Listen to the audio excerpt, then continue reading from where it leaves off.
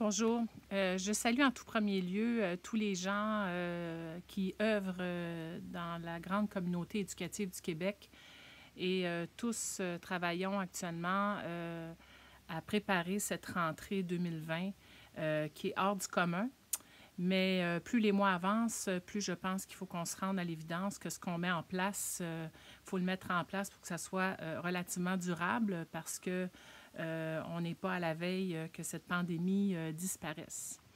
Ceci étant dit, je pense que le printemps aura amené chez tous les gens qui travaillent auprès des enfants une espèce d'accéléré d'intégration de tous les outils numériques qui ont permis, bien sûr, de garder une communication, de continuer à travailler et de rejoindre les élèves pendant qu'ils étaient à la maison.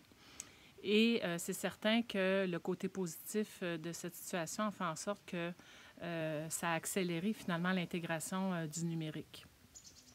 Ceci étant dit, l'organisme que je dirige a dû, bien sûr, revoir un petit peu ses objectifs pour pouvoir continuer à œuvrer. Et on a dû, bien sûr, réajuster le tir et réfléchir sur ce qu'on pouvait faire pour aider les enseignants en salle de classe.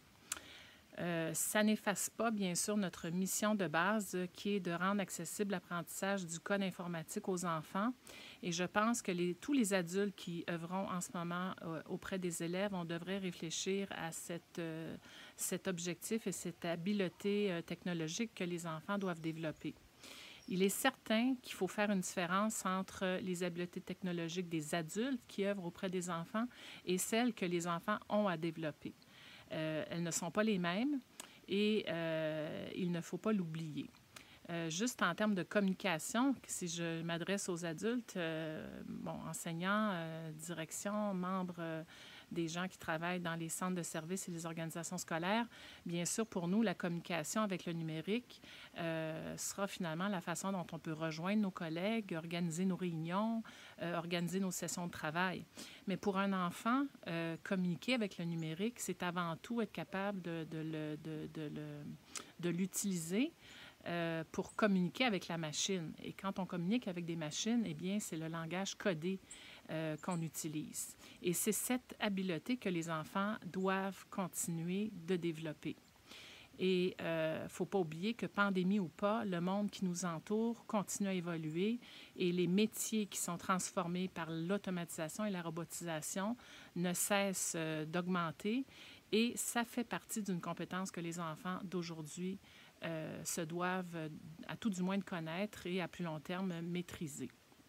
Ceci étant dit, mon équipe et moi-même ne sommes pas aveugles et on sait bien que ce n'est pas la première priorité des directions d'école et des enseignants qui, bien sûr, recevront les élèves avec une pause plus ou moins longue et du rattrapage à faire.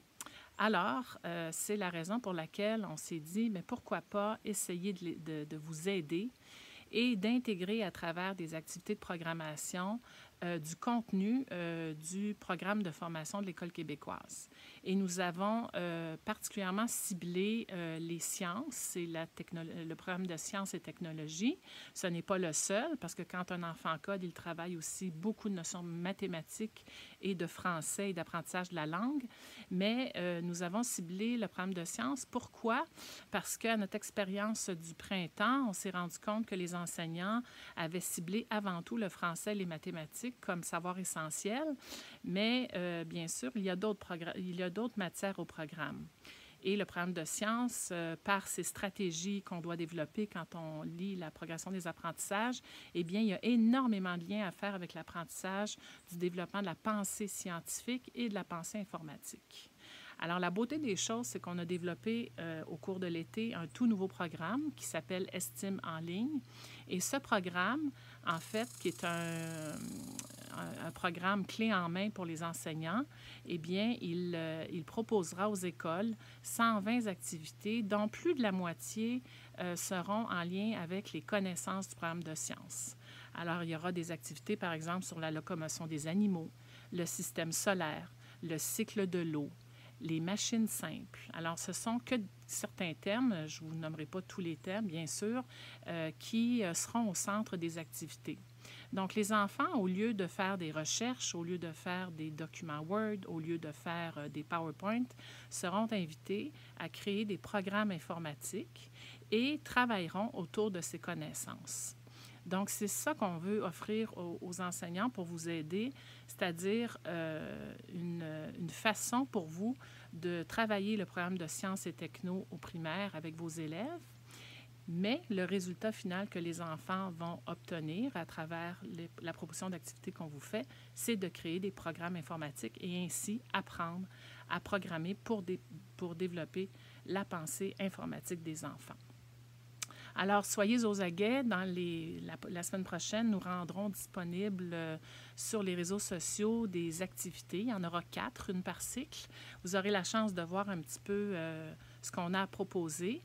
Et si, bien sûr, vous avez envie d'aller plus loin avec votre équipe école, eh bien, n'hésitez pas à nous contacter. Vous n'avez qu'à vous rendre sur notre site web, École Estime, tout ensemble, école au pluriel, Estime, et vous verrez des façons d'entrer en communication avec nous.